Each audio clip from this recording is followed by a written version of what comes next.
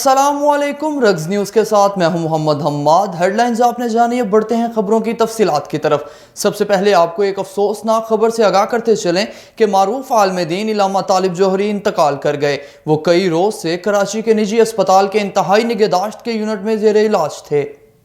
इलामा तालिब जौहरी 27 अगस्त 1939 को पैदा हुए। उनके वालिद मशहूर आलिम दीन इलामा मुस्तफ़ा खान जौहर थे। इलामा तालिब जौहरी को कई बरसों से पाकिस्तान उलमा में मरकजी हैसियत हासिल थी। कराची के निश्तर पार्क में शाम गरीबा की मजलिस से इनकी शोहरत पाकिस्तान और पाकिस्तान से बाहर दुनिया भर में फैल गई थी। इस मजलिस के सामाईन में मुसलमानों के तमाम तबका हाय फिक्र शामिल थे। वजीर आज़म, वजीर खारजा और दीगर रहनुमाओं ने इलामा तालिब के इंतकाल पर इजहार अफसोस भी किया। आपको बताते चलें कि पाकिस्तान कोरोना वबा का गढ़ बन गया। मुल्क में कोरोना वबा मजीद फैलने के सबब 24 घंटों में 90 अफराद जाँ बहक हो गए, जिसके बाद अमवात की मजमूई तादाद 3590 तक जा पहुंची। इस हवाले से मजीद जानेंगे हमारे नुमाइंदा डॉक्टर अकबर से। जी डॉक्टर अकबर, आगाह कीजिएगा इस हवाले से। जी बिल्कुल, मुल्क में कोरोना वबा मजीद फैलने के सबब 24 घंटों में 89 अफराद जान बहक हो गए, जिसके बाद मवात की मजमूई तादाद 3590 तक पहुँच गई है। पाकिस्तान में कोरोना मरीजों की तादाद 1,81,088 हो गई, जबकि कोरोना से मुतासरा 71,458 मरीज सेहतयाब हुए हैं। National command and control centre के मुताबिक पंजाब 66,943, सिंध में 69,628 केसेस, खैबर पख्तूनख्वा में 21,997 और बलूचिस्तान में 9,475 केस सामने आए हैं। इस्लामाबाद में 10,912, गिलगित बिल्तिस्तान में 1,288, आज़ाद कश्मीर में 845 केसेस हैं। मुल्क भर में 24 घंटों के दौरान कोरोना से मजीद 89 मौत, जबकि कोरोना के मजीद 4,471 केस रिपोर्ट हुए हैं। NCOC के मुताबिक 24 घंटों के दौरान 30,520 कोरोना टेस्ट किए गए। अब तक मुल्क भर में 11,02,462 कोरोना टेस्ट किए जा चुके हैं। जी बहुत शुक्रिया डॉक्टर अकबर हमें अपडेट करने का। आगे बढ़ेंगे और आपको बताएंगे कि पाकिस्तान तहरीक इंसाफ के रुकन कौमी असम्बली आलमगीर खान का कोरोना टेस्ट मस्बत आ गया। उन्होंने खुद को करंटीना कर लिया। आलमगीर खान ने कहा कि वो इस्लामाबाद में हैं, जहां उन्होंने खुद को करंटीना कर लिया। आवाम से दुआओं की अपील है। आलमगीर खान पाकिस्तान तहरीक इंसाफ के रुकन कौमी असम्बली हैं, जबकि सियासत में आने से कबल उन्होंने कराची के मसाइल पर हुक्मरानों की मबजूल कराने से शोहरत हासिल की। उन्होंने फिक्सिट के नाम से एक समाजी तंजीम बनाई, जिसके जरिए वो हुक्मरानों की तवज्जो कराची के मसाइल की जानिब मबजूल करवाते। माजी में कराची के मसाइल उठाने पर फिक्सिट और पीपल्स पार्टी के जियालों में तसादम भी हो चुका है। कराची के मसाइल हल करने के लिए फिक्सिट ने एहतजाज किया। कारकुन 3 तलवार पर वजीर बल्दियात के दफ्तर के बाहर पहुंचे और खूब नारेबाजी की। इतला मिलने पर जियाले भी 3 तलवार पहुंच गए, जहां उनका फिक्सिट कारकुनों से सामना हुआ, जिसके बाद फरीकैन में तकरार के बाद हाथापाई हो गई। MQM लंदन के रहनुमा मोहम्मद अनवर ने इंकशाफ किया कि इनकी जमात का भारत से रकम लेने का मामला हकीकत है। मोहम्मद अनवर ने अपने एक बयान में कहा कि भारत से ताल्लुकात के हवाले से सिर्फ मुझे इल्ज़ाम देना सरासर गलत है।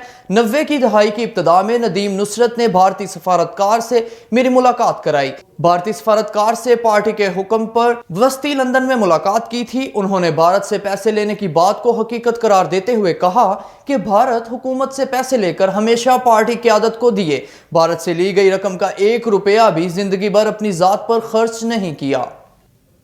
पाकिस्तान पीपल्स पार्टी के शरीक चेयरमैन और साबिक सदर आसिफ अली जरदारी की नई तस्वीर मंजर आम पर आ गई।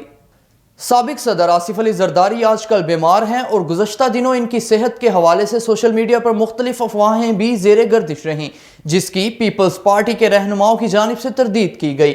अब साबिक सदर आसिफ अली जरदारी की ताज़ा तरीन तस्वीर मंजर आम पर आई है, जिसमें वो अपने बच्चों से ऑनलाइन बात कर रहे हैं।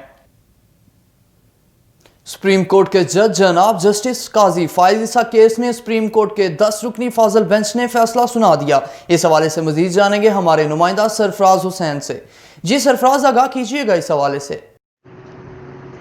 जी बिल्कुल, अगर मैं पेशे के एतबार से वकील हूँ और उम्र गुजरी है इस दश्त की सयाही में, लेकिन कानून के एक तालिब इल्म के साथ साथ एक सियासी कारकुन की हैसियत से मैंने पाकिस्तान की तारीख से ये सबक सीखा है कि अदालती फैसलों की कानूनी मौशगाफियों में उलझने की बजाय ऐसे फैसलों पर उस वक़्त की इज्तिमाई सियासी दानिश से रहनुमाई हासिल की जाए। اور معاملات کی تفہیم کی جائے اور ان کا پرسیپشن دیکھا جائے، اب تو عادت ہی ہو گئی ہے کہ عدالتی فیصلوں کے سیاسی اثرات کا ادراک حاصل کرنے کی، کیونکہ پاکستان کے ہر بڑے عدالتی فیصلے کے پاکستان کی تاریخ اور سیاست پر گہرے اثرات مرتب ہوئے ہیں۔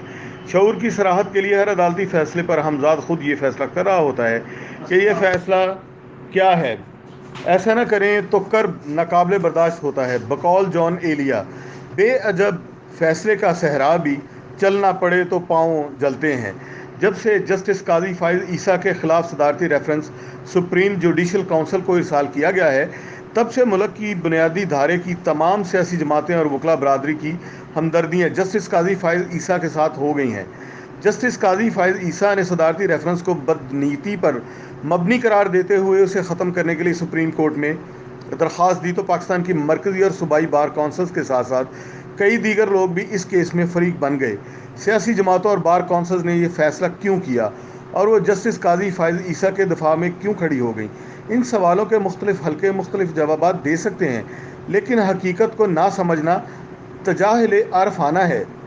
جی بہت شکریہ سرفراز ہمیں اپڈیٹ کرنے کا۔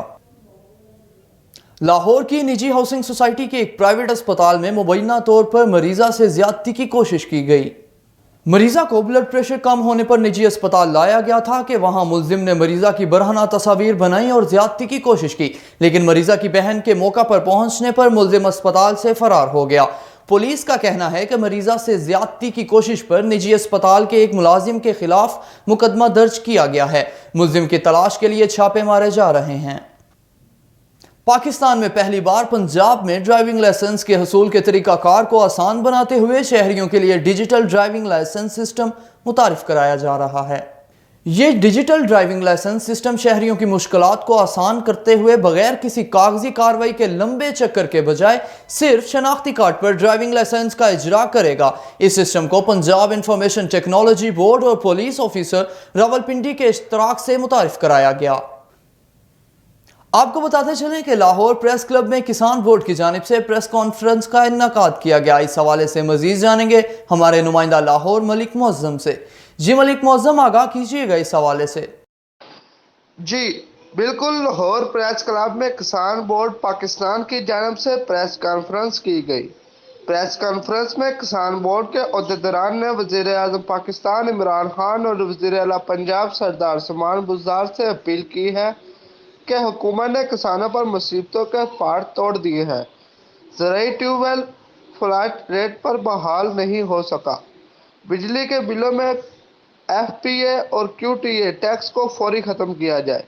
کسان بورڈ کی جانب سے کہا گیا ہے کہ زرعی آمدن پر ٹیکس میں اضافے کا فیصلہ واپس لیا جائے۔ پریس کانفرنس میں چودھری شوکت علی چدر، جنرل سیکرٹری کسان بورڈ پاکستان، نیب صدر کسان بورڈ پاکستان میاں رشید، سینئر نیب صدر لاہور ڈویژن میاں الیاس اور دیگر کسانوں نے شرکت کی۔ اس موقع پر شوکت علی چدر نے اعلان کیا کہ اگر حکومت نے ہمارے جائز مطالبات کو سنجیدگی سے نہ لیا تو 25 جون سے حکومت کے خلاف ملک گیر احتجاج کا اعلان کرتے ہیں۔ جی بہت شکریہ ملک معظم ہمیں اپڈیٹ کرنے کا۔ کراچی میں پی آئی اے کے طیارے کو پیش آنے والے حادثے کی تحقیقاتی رپورٹ وزیر اعظم کو پیش کی جائے گی۔ اس حوالے سے مزید جانیں گے ہمارے نمائندہ رگز نیوز شاہد چوہدری سے۔ جی شاہد، آگاہ کیجیے گا اس حوالے سے۔ جی بالکل، کراچی میں پی آئی اے کے طیارے کو پیش آنے والے حادثے کی تحقیقاتی رپورٹ وزیر اعظم کو پیش کی جائے گی۔